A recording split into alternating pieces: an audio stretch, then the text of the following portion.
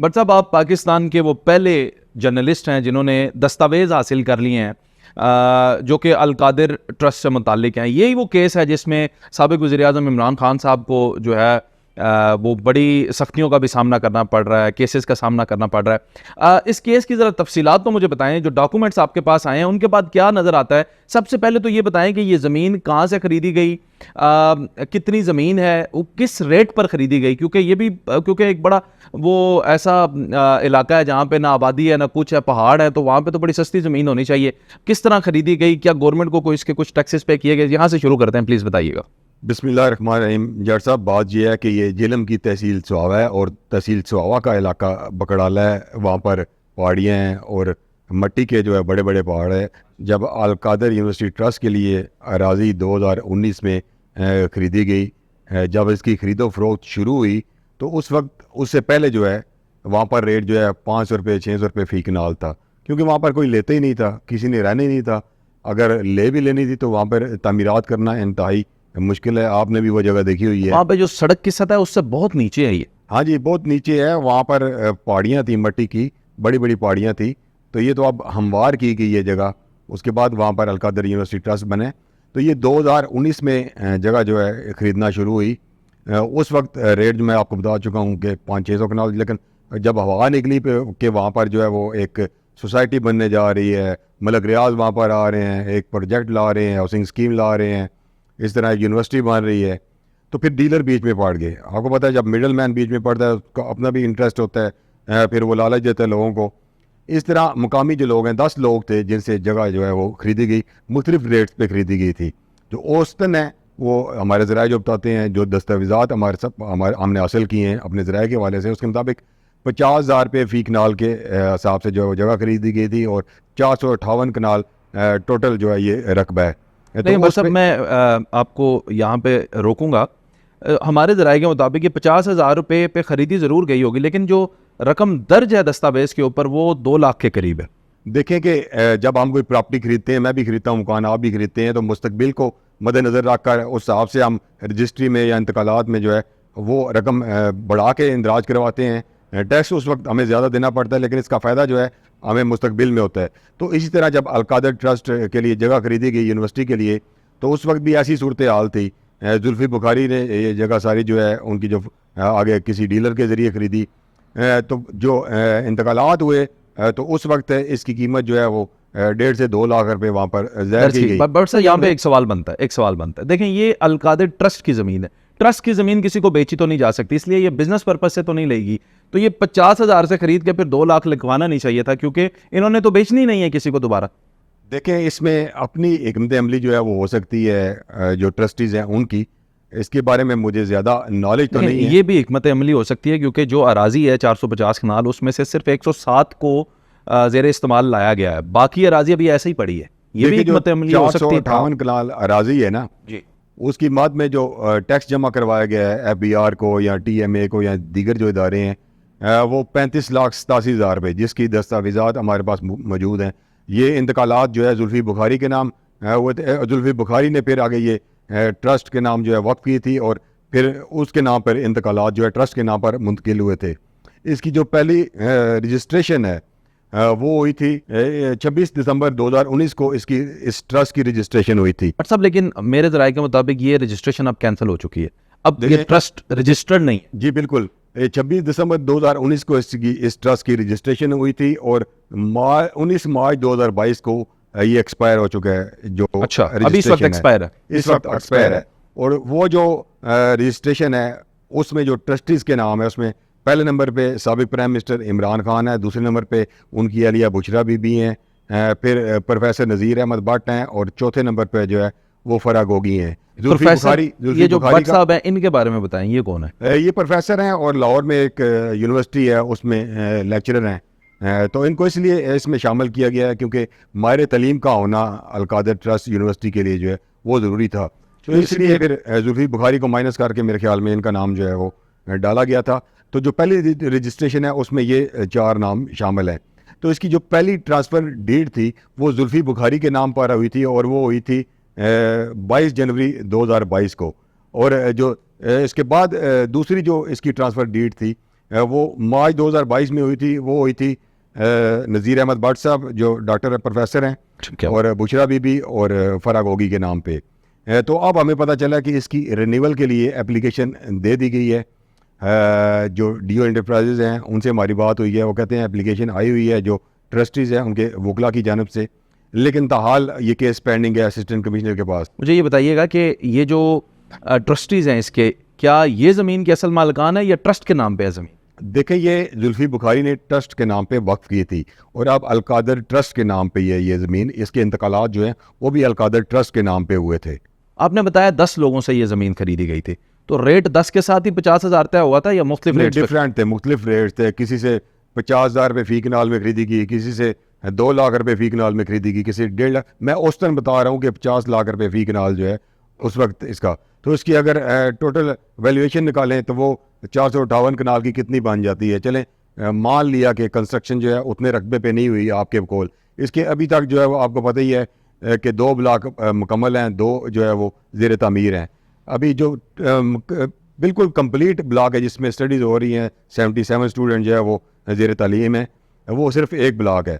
और पानी की यहाँ पर आपको पता है बंजर पहाड़ी ज़मीन है, कोई लेता ही नहीं था। लेकिन बैरियर टाउन वाला साहब है कि जब मलिक रियाज जो है वो बैरियर टाउन जब ज़मीनें खरीदी तो उस वक्त रेट जो है कौड़ियों के भाव था, अब वो करोड़ों में है, लाखों में है, करोड़ों में है।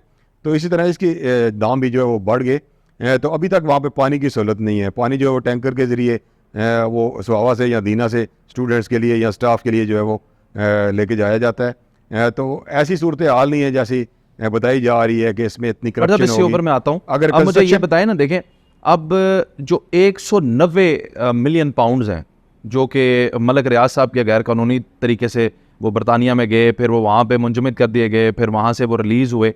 अब मुझे ये बताएं कि उनमें से आपको क्या लगता है कि क्या कोई इतनी बड़ी रकम इस प्रोजेक्ट में इन्वॉल्व है? देखें 190 मिलियन पाउंड जो है वो मेरे ख्याल में 50 अरब रुपए पाकिस्तानी बनते हैं, जिसका आज का और आप तो इसका टोटल जो है वो 4-5 करोड़ रुपए बता। टीवी चैनल्स पे आप देख रहे हैं जिसका बड़ा शोर शराबा है। नैब में केस चल रहा है जिसमें साबिक प्राइम मिनिस्टर इमरान खान को तलब किया गया है, बुशरा बीबी को। और ये रकम गैर कानूनी तरीके से जब यूके में मुंतकिल की गई उस वक्त मलिक रियाज को किसी ने नहीं पूछा। जब इमरान खान की वसादत से ये रकम जो है वो वापस आई, उस वक्त शहजाद अकबर थे, मशीर थे एहतसाब के। तो जब ये रकम वापस आई तो सुप्रीम कोर्ट ने कहा कैबिनेट डिसाइड करे। कैबिनेट मीटिंग हुई, खान साहब ने कैबिनेट में ये सारी चीज़ रखी, तो कैबिनेट ने में जो बकौल इमरान खान साहब के कैबिनेट ने ये मंजूरी दी। तो अब भी खान साहब तो ये कहते हैं कि वो सुप्रीम कोर्ट के अकाउंट में है। अब बात ये है कि कल फैसल वावडा साहब अब फरमा रहे थे कि इसके सबसे ज़्यादा बेनिफिशरी जो है वो जनरल फैज़ हमीद हैं जो उस वक्त DGISI थे।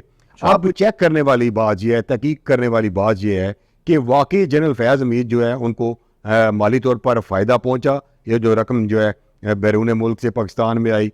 और ये भी चेक करना है कि इसमें कितनी सदाकत है। अगर खान साहब कह रहे हैं कि वो 190 मिलियन पाउंड जो है वो सुप्रीम कोर्ट के अकाउंट में है, तो अकाउंट तो सबके सामने है, जजेस भी चेक कर सकते हैं, जो मर्जी चेक करना चाहे, जो ऑडिट इस ऑफिसर हिसाब से देखा जाए तो केस तो बड़ा कमज़ोर है। देखें ये अलकादर यूनिवर्सिटी ट्रस्ट जिसका ज़्यादा शोर शराबा है, इस केस में कोई इतनी सदाकत नहीं है। वहाँ पे कितनी ट्रस्ट जो है उसको कोई भी फंडिंग कर सकता है। अगर मलिक रियाज ने की है, यहाँ पे बट साहब एक सवाल बनता है, इस सवाल को अवॉइड किया डायरेक्टर पंजाब यूनिवर्सिटी ने भी। जब मैंने उनसे पूछा कि इस बिल्डिंग को बनाया किसने, चलें ठीक है ये जुल्फी बुखारी ने खरीदी, फिर उन्होंने ट्रस्ट को दे दी, ठीक है ये आपके प्राइवेट डोनर्स थे, लेकिन जब बनाने की बात आती तो कहते हैं नहीं मैं तो उस वक्त था ही नहीं, मुझे नहीं पता। तो ये बनाने वाले सवाल को क्यों ये किया जाता है? आप तो बड़े पुराने संगे बुनियाद से आप इसको देख रहे हैं। देखिए जट साहब, मार्च 2019 में जब इसका संगे बुनियाद साबिक प्राइम मिनिस्टर इमरान खान ने रखा, उस वक्त भी मेरे पास कुछ इन्फॉर्मेशन पहुंची थी कि ये मुल्क का सबसे बड़ा प्रॉपर्टी टाइकून जो है उसने ये लैंड जो है इसके पैसे दिए हैं, कंस्ट्रक्शन भी वही करवा रहा है। लेकिन बाज़ औक़ात प्रॉपर्टी टाइकून का कोई नाम नहीं लेता। तो उस वक्त भी मेरे इदारे ने, उस वक्त मेरे असाइनमेंट एडिटर ने मना कर दिया था कि आप पॉजिटिव खबर भेजो। तो सूरत हाल ये है कि मुझे नहीं पता, आपको भी नहीं पता कि हम कोई फरिश्ते नहीं हैं कि इस लैंड की ख़रीदारी के लिए रकम किसने दी थी। जुल्फी बुखारी ने अपने अकाउंट से दी थी या मलिक रियाज साहब ने दी थी? बनाया किसने? जो कंस्ट्रक्शन हुई है वो मैं अल्फन कह सकता हूँ कि मैंने अपनी आंखों से बैरिया टाउन की मशीनरी वहाँ पर देखी है। इसमें कोई कुछ बात नहीं है कि वहाँ पर जो कंस्ट्रक्शन हुई है, जो 4 ब्लॉक तामीर हुए हैं, या जो वहाँ पर या 2 तो कंप्लीट है ना, 2 ज़ेर तामीर हैं, तो वहाँ पर जितनी भी प्लांटेशन हुई है, दीगर जो चीज़ें हुई हैं, उसमें मशीनरी जो है वो बैरिया टाउन की, मलक रियाज की इस्तेमाल हुई है। इन गुनाहगार आंखों ने भी देखा है और आपने भी देखा है, आप अब माने या ना माने, बाकी भी जो साफ़ी वहाँ पर कवरेज करने जाते रहे हैं उन्होंने भी देखा। इन गुनाहगार आंखों ने तो बदकिस्मती जाट साहब ये है कि खान साहब को, उनकी एहलिया को, कैबिनेट के मेंबरान को नैब ने नोटिस भेजे हैं। मलक रियाज साहब को आज तक किसी ने नोटिस भेजा है? किसी इदारे ने उनका नाम लिया है? किसी मीडिया चैनल पे 1-2 के अलावा उनका नाम किसी ने लिया है? नहीं लेते भाईजान, सबका निजाम चलता है। क्या कहते हैं तो मलक साहब खुद कहते हैं कि पैसे से जो है मुझे ये बताएं, सबका दवार में क्या कुछ नहीं होता रहा। ये तो सबको पता है कि वो कहते हैं कि फाइलों के लिए बिलावल हाउस किसने बनाया? साहब खुद टीवी पुरान में कह चुके हैं कि फाइल के नीचे जो पहिए ना लगाएं तो फाइल आगे नहीं चलती। तो मुझे ये बताएं, बिलावल हाउस जो जरदारी साहब का है वो किसने बनाया? जो वहाँ पर सीवीओ के किनारे जितनी कंस्ट्रक्शन हो रही है वो कौन कर रहा है? उसका पार्टनर कौन है? बैरिया कराची जो बन रहा है उसमें किसका माली फायदा है? इस तरह मुशर्रफ दौर में चले जाएं तो प्रेज मुशर्रफ साहब के साथ अच्छा, मेरी बात सुने, अगर मैं आपको मकान बना ही दूं तो इसमें किसी को क्या एतराज? देखिए, मैं कहता हूँ कि मुझे मलक रियाज साहब बना के दें, आपको बना के दें, किसी और को बना के दें, किसी को कोई तकलीफ नहीं होनी चाहिए। तकलीफ उस वक्त होती है जब सरकारी खजाने को नुकसान पहुंचाया जाए, वो करप्शन है। मैं कहता हूं कि गैर कानूनी तौर पे अगर मलक रियाज ने इस कौम का पैसा जो है वो मुंतकिल किया यूके में, वहां से फिर वापस आया, अगर वो इस वक्त सुप्रीम कोर्ट के अकाउंट में नहीं है, जनरल फैज हमीद साहब खा गए हैं, इमरान खान साहब खा गए हैं, या कैबिनेट का दीगर कोई मेंबर खा गए है, या जिसको भी माली फायदा पहुंचा है। फैसल साहब आप कह रहे हैं कि ये बिजनेस है, कि मलक रियाज ने अब बिजनेस किया है कि 10 रुपए दे के 90 रुपए जो हम रिकवरी कर लें, तो ये बिजनेस है? बिजनेस नहीं है, ये चोर बाजारी है। जो मलक रियाज अगर उसने की है तो आप भी उसमें जो है बराबर के शरीक है, क्योंकि आप उस वक्त कैबिनेट के मेंबर थे, आप भी बराबर के शरीक हैं। और जिसने इसमें से हिस्सा लिया है वो पाकिस्तान का दुश्मन है, पाकिस्तान का चोर है। रिकवरी होनी चाहिए। 1 मिलियन पाउंड जो है उनका चेक करना चाहिए कि वो सुप्रीम कोर्ट के अकाउंट में है या नहीं है। आपका ये कहना है कि अलकादर केस जो है ये कमजोर है, असल केस 190 मिलियन पाउंड। मैं कहता हूं उसकी तहकीकात होनी चाहिए, उसकी इंक्वायरी होनी चाहिए। नैब में जो केस चल रहा है, अगर ये अलकादर यूनिवर्सिटी ट्रस्ट केस चल रहा है जो टीवी में शोर शराब है, तो फिर अलकादर यूनिवर्सिटी ट्रस्ट में कुछ भी नहीं है। और ट्रस्ट जो है उसको कोई भी डोनेट कर सकता है, कोई भी तमीरात करा के दे सकता है, कोई भी लैंड खरीद के दे सकता है। शौकत खानम जब बना था उसके लिए जगह किसने दी थी? उस वक्त नवाज शरीफ ने दी थी ना।